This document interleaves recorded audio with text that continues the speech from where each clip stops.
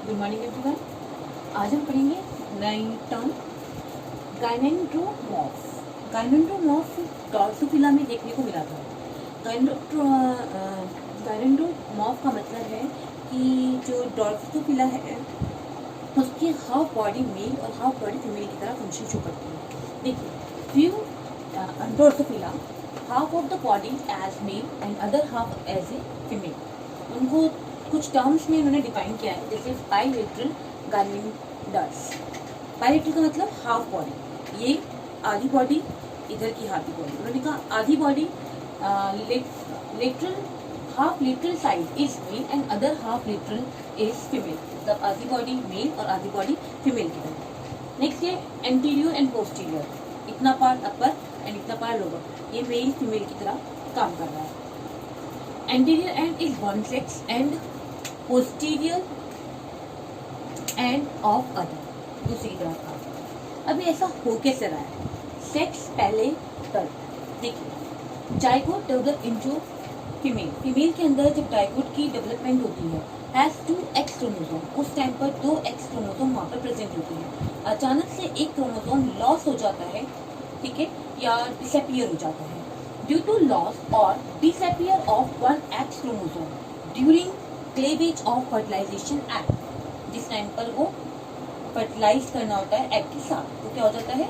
Disappear हो जाता है। दैट्स व्हाई गैनेंड्रोड्रॉप इज फॉर्म। इसलिए वहाँ पर गैनेंड्रोड्रॉप की फॉर्मेशन हो जाती है कि हाफ बॉडी मेल की तरह और हाफ बॉडी फीमेल की तरह फंक्शन को शो करती है। सम टाइम ये टर्म्स आ सकती है, ठीक है, आपकी एनसीईआरटी बुक में ये टर्म नहीं है, ठीक है। नेक्स्ट है, ये बहुत इंपॉर्टेंट टॉपिक है, लिंकेज एंड रिकॉम्बिनेशन। बहुत ध्यान से इस टॉपिक को समझिएगा। एक्चुअली ड्रोसोफिला पे काम किसने किया था? मॉर्गन ने किया था। मॉर्गन और उनके साथ एक थे सन, उन दोनों ने मिलकर काम किया था। लेकिन मोस्ट ऑफ द वर्क जो दिखाया गया है वो मॉर्गन ने दिखाया है। उन्होंने मैंडल के वर्क से कंपैरिजन किया था लिंकेज को, और उन्होंने ये चीज़ सिर्फ ड्रोसोफिला के अंदर देखी थी, क्योंकि उन्होंने ड्रोसोफिला पे ही फंक्शन किया था, ये एक्सपेरिमेंट्स किए थे। उन्होंने कहा था कि जिस तरह से मैंडल बता रहे हैं अपने लोग डाई हाइब्रिड लो, जिसे इंडिपेंडेंट असॉर्टमेंट भी कहा गया है, ठीक है, कि वो चीज़ ड्रोसोफिला में देखने को नहीं मिलती बिकॉज ऑफ लिंकेज।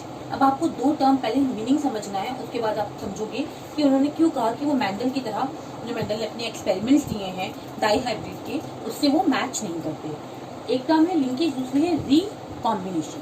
2 चीज़ को जोड़कर बनाए कॉम्बिनेशन, उसने टर्म यूज की रिकॉम्बिनेशन। लिंकेज मतलब उनका आपस में लिंक है।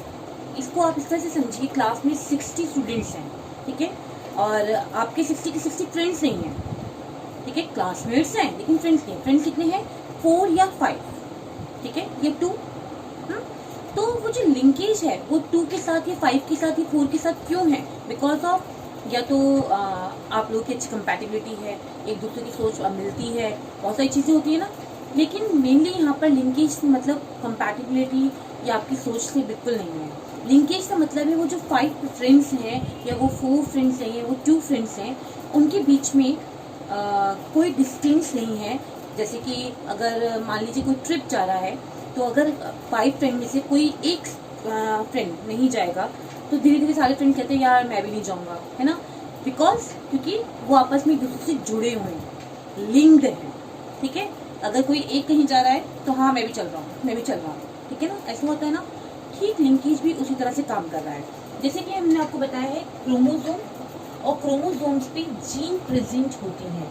क्रोमोसोम भी ऑलवेज किसमें प्रेजेंट होते हैं?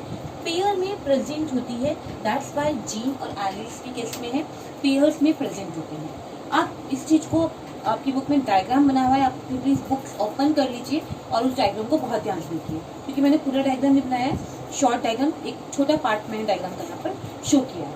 ये देखिए, क्रॉस ए, ये क्रॉस बी, ठीक है, ये 2 क्रोमोसोम, ये 2 क्रोमोसोम दूसरे, ये फीमेल की, ये मेल की। मैंने कहा ये 2 जीन पास पास है, समझिए बहुत अच्छी फ्रेंड्स हैं, इसलिए पास पास बैठी हैं, ठीक है। जैसे क्लास में हम फ्रेंड्स ऑलवेज कैसे करते हैं? एक साथ एक बेंच में बैठने की कोशिश करते हैं, बिल्कुल ठीक तरह यहाँ पर, क्योंकि ये पास में है तो इनकी आपस में दोस्ती होगी। सबसे पहले दोस्ती भी हमारी उससे होती है जो हमारे बराबर में बैठा होता है, ठीक है।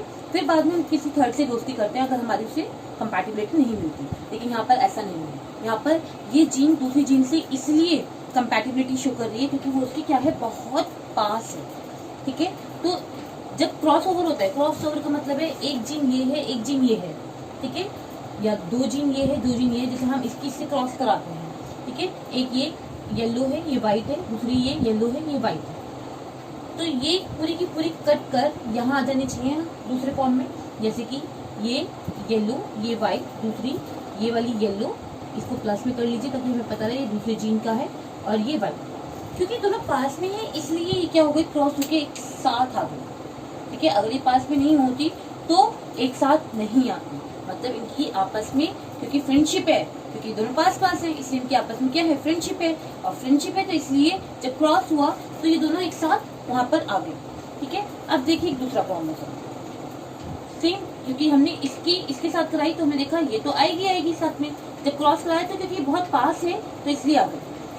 नॉर्मली जिसपे मेंडल ने काम किया है, मेंडल ने पी प्लांट पर काम किया है, और उसमें जो जीन थी, एक जीन यहाँ थी, दूसरी जीन यहाँ थी, जो कि बहुत डिस्टेंस पर प्रेजेंट थी, या आप कह सकते हो क्रोमोसोम के एक पोल पर एक जीन थी और दूसरे पोल पर दूसरी जीन थी, जिसके वजह से जब क्रॉस होता तो ये वाली जीन इसके साथ या ये वाली जीन इसके साथ क्या कर रही है, क्रॉस कर रही है, जिसकी वजह से हमारा capital R, small R, capital T, small T.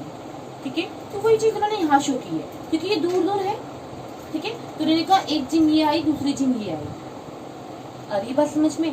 तो रिकॉम्बिनेशन का मतलब है जब हम क्रॉस कराते हैं तो जीन जो क्रॉस होने के बाद आती है और उसमें आके जुड़ जाती है, रिकॉम्बिनेशन। ठीक है, और लिंकेज का मतलब है जो पास वाली जीन है। ठीक है, क्योंकि हम अपने फ्रेंड से कभी अलग होना नहीं चाहते।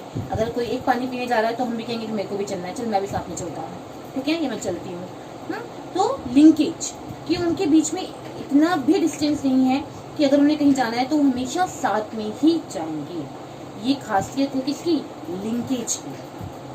तो ये चीज इन्होंने किसमें देखी, मॉर्गन ने ये चीज ड्रोसोफिला के केस में देखी। तो उन्होंने कहा कि जिस तरह से मैंडल का डाई हाइब्रिड या आपका इंडिपेंडेंट असॉर्टमेंट फंक्शन कर रहा है, वो फंक्शन यहाँ ड्रोसोफिला में देखने को नहीं मिलता बिकॉज ऑफ लिंकेज।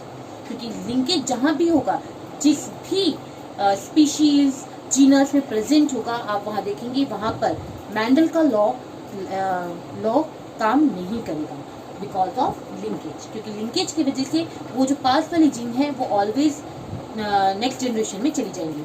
इसलिए देखिए यहाँ पे लिखा है 98% पेरेंटल, जो आपका ऑफस्प्रिंग होगा वो पेरेंट्स के लगभग 98% उससे मैच करता होगा, और रिकॉम्बिनेशन 1.3%, बहुत कम होगा, 1.3% चांसेस है कि नेक्स्ट जनरेशन में जो ऑफस्प्रिंग बना है वो पेरेंट्स जैसा ना हो। बट लेकिन अगर रिकॉम्बिनेशन की प्रोसेस होगी तो आप देखेंगे 73.2% रिकॉम्बिनेशन देखने को मिलेगा, जिसमें से 62.8% पेरेंटल देखने को मिलेगा। मतलब गुण आएंगे पेरेंट्स के भी, लेकिन 60%, बाकी 30-40% कैसे गुण होंगे, जो कि रिकॉम्बिनेट, जो नए जीन बने हैं जिनमें आपस में क्रॉस हुआ है, उस टाइप के वहां पर आपको रिजल्ट देखने को मिलेंगे। तो इसलिए ये टर्म बहुत इंपॉर्टेंट है, लिंकेज एंड रिकॉम्बिनेशन। एक बार दोबारा से आपको इन शॉर्ट में समझा देती हूँ। लिंकेज का मतलब है क्रोमोसोम पर जो जीन प्रेजेंट है वहां पर जीन क्रोमोसोम के बहुत, दोनों दो जीन जो है वो आपस में बहुत पास है, उनके बीच का जो डिस्टेंस है बहुत कम है। जब उनके बीच में क्रॉस होता है तो वो पूरा का पूरा पार्ट दूसरी जनरेशन में चला जाता है, जिसकी वजह से वहां पर रिजल्ट मैंडल वाले रिजल्ट नहीं आएंगे। इट्स क्लियर कि लिंकेज की वजह से कि वो दो जीन बहुत पास हैं, दैट्स व्हाई। ठीक है, लेकिन रिकॉम्बिनेशन में हमने देखा क्रोमोसोम में एक जीन एक पोल पर और दूसरी जीन दूसरे पोल पर प्रेजेंट है। तो रिकॉम्बिनेशन के प्रोसेस के टाइम पर आप देखोगे जो क्रॉस ओवर होगा तो चांसेस 30 या 40% है कि रिकॉम्बिनेट, दो डिफरेंट जीन्स आपस में क्रॉस करने के बाद एक नई क्रोमोसोम, नई जीन की फॉर्मेशन करेगा। इसलिए रिकॉम्बिनेशन वाले प्रोसेस में आपको डिहाइड्रेट या फिर आपको इंडिपेंडेंट असॉर्टमेंट देखने को मिलेगा। इंडिपेंडेंट असॉर्टमेंट का मतलब है एक जीन दूसरे जीन की उसमें टांग नहीं लगा दी, आप समझ लीजिए, या फिर उसमें कोई उन्हें कोई मतलब नहीं है, वो अपना रिजल्ट देती है, वो अपना रिजल्ट देती है। ठीक ठीक है। लेकिन लिंकेज में क्या होगा, दो जो जीन आपस में पास पास है वो पूरी की पूरी नेक्स्ट जनरेशन में चल जाएगी। तो पेरेंट की तरह किस तरह नजर आएंगे, 98% जो ऑफस्प्रिंग है वो पेरेंट्स की तरह ही नजर आएंगे, F1 जनरेशन में भी, F2 जनरेशन में भी। Thank you class.